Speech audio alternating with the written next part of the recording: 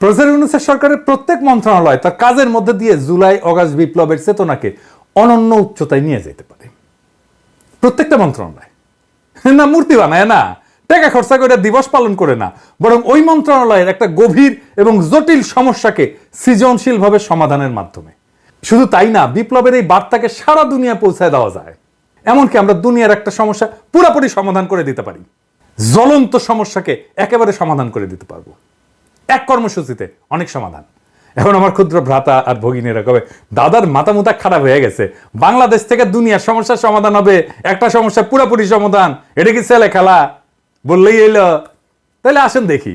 আমি আজকে দেখামু একটা পরিকল্পনা স্বাস্থ্য মন্ত্রণালয় নিয়ে।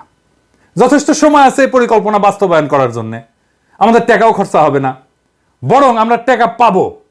শুধু টাকা পাওয়া না, আমরা সারা দুনিয়ায় একটা পজিটিভ ব্র্যান্ডিং করতে পারবো বাংলাদেশের এবং বিপ্লবের।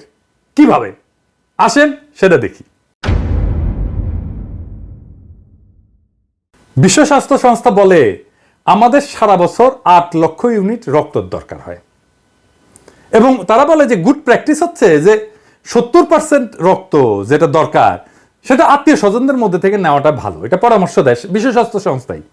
আর বাকিটা ভলান্টারি ব্লাড ডোনেশন থেকে সংগ্রহ করা হয় সারা দুনিয়াতেই। তার মানে 2.5 থেকে 3 লাখ ইউনিট ভলান্টারি ডোনেশন থেকে জোগাড় করতে হয় বাংলাদেশে। মেডিকেল ছাত্রদের সংগঠন আছে সন্ধানী, এই কাজটা করে। আবার বিশ্ব স্বাস্থ্য সংস্থায় বাংলাদেশ প্রসঙ্গে জানাচ্ছে যে একটা সুসংগঠিত রক্ত সঞ্চালন ব্যবস্থা বাংলাদেশে তৈরি হয় নাই। এটা আমার কথা না, বিশ্ব স্বাস্থ্য সংস্থার কথা। তাইলে আমরা একটা জাতীয় সমস্যার কথা জানলাম, এইটার সমাধান কিভাবে বিপ্লবের সাথে মিলায় আমরা করতে পারি। আমাদের কপাল ভালো, আমাদের রক্তের যা দরকার তা আমরা পাই, দেশের মধ্যে থেকেই পাই, আমাদের আমদানি টামদানি করতে হয় না। কিন্তু দুনিয়ার কি অবস্থা? সারা দুনিয়ায় রক্তের চাহিদা 30 কোটি ইউনিটের একটু বেশি, সাপ্লাই কত? 27 কোটি ইউনিট। এবং বলা হচ্ছে যে 195টা দেশের মধ্যে 119টা দেশে 61% দেশ তাদের পর্যাপ্ত রক্তের সাপ্লাই নাই। এই দেশগুলো কোনগুলো? এগুলো দরিদ্র দেশ। এবং এই রক্তের দরকার পড়ে কাদের? শিশুদের এবং মায়েদের, গর্ভবতী মায়েদের। তার মানে সারা দুনিয়ায় 3 কোটি ইউনিটের রক্তের চাহিদা আছে যা পূরণ হয় না। লাগে কাদের? আমরা দেখলাম যে এটা দারিদ্র পীড়িত শিশুদের, গর্ভবতী মায়েদের মারা যায় তারা ধুকে ধুকে রক্তের অভাবে। আমরা এই সমস্যার পুরো সমাধান করে দিতে পারবো। কিভাবে আসেন দেখি।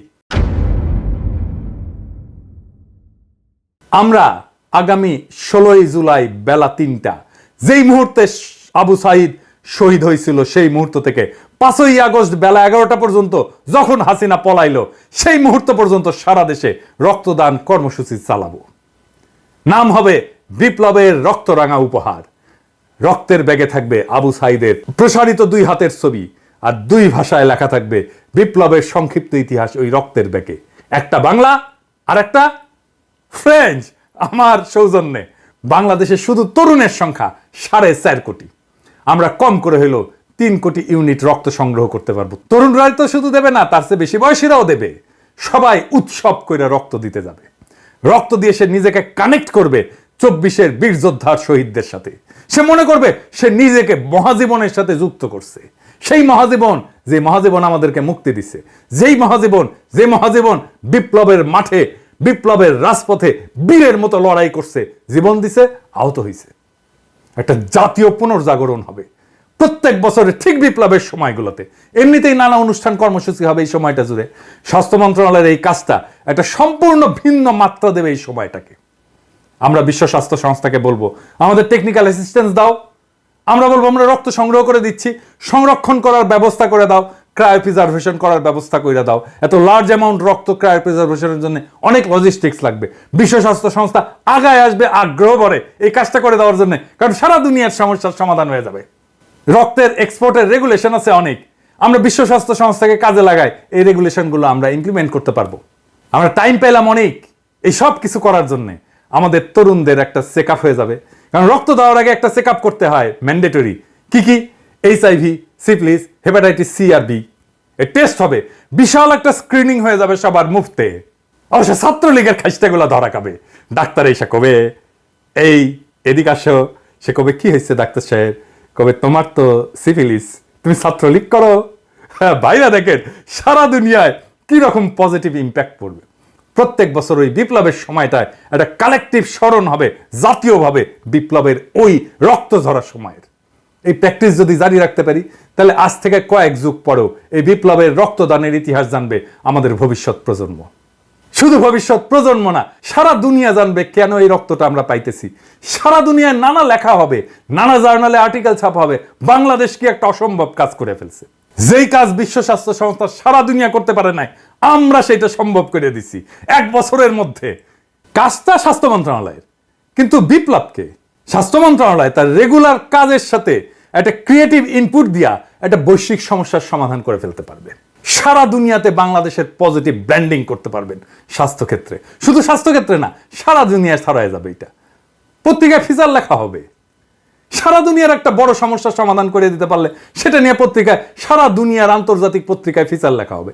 সব মন্ত্রণালয়ে এরকম ক্রিয়েটিভ কাজ করা যায়। এই কাজটা যত ক্রিয়েটিভই হোক না কেন, এটা স্বাস্থ্য মন্ত্রণালয় করবে? আমার অনুমান করবে না, 2টা কারণে। যে কোনো ক্রিয়েটিভ পরিকল্পনা তাকেই করতে হয় যে মন্ত্রণালয়কে লিড করে। স্বপ্ন দেখতে হয় লিডারকে, প্যাশন নিয়ে তার ড্রিমকে রিয়ালাইজ করতে হয় তাকেই, লিডারকেই। করতে পারলে এই পরিকল্পনা বাস্তবায়ন করলে ভালো, আমি তো খুশি, আপনারাও খুশি। না করলেও অসুবিধা নাই। আমার ক্ষুদ্র ভ্রাতা আর ভগিনীরা দেখলো, ওইটাই আমার লাভ। তারা শিখলো আউট অফ দ্য বক্স চিন্তা কইরা কিভাবে দারুণ সব পরিকল্পনা করা যায়। আমার ক্ষুদ্র ভ্রাতা আর ভগিনীদের মধ্যে কেউ কেউ যখন ভবিষ্যৎ বাংলাদেশের কাণ্ডারি হবে, সেই দিন তারা হয়তো আমার এই আজকের এপিসোডের কথা স্মরণ কইরা দারুণ দারুণ সব পরিকল্পনা করবে। সেই দিন হয়তো আমি থাকবো না, কিন্তু ওই পরিকল্পনার মধ্যেই থাকবে আমার আজকের চিন্তা। ওইটাই আমার অমরত্ব, ওইটাই আমার কালেকটিভ মেমোরিতে বেঁচে থাকা। আমার আজকের ভিডিও আজকের স্বাস্থ্য মন্ত্রণালয়ের জন্য না, আসলে আজকের ভিডিওটা আজকের সেই তরুণদের জন্য যাদের মধ্যে থেকে আসবে আমাদের আগামী দিনের স্বপ্নের সেই রাজকুমার, যারা আমাদের মতো শুধু নিষ্ফল স্বপ্নই দেখবে না, যাদের সেটাকে বাস্তব করার হিম্মত থাকবে। ইনকিলাব জিন্দাবাদ।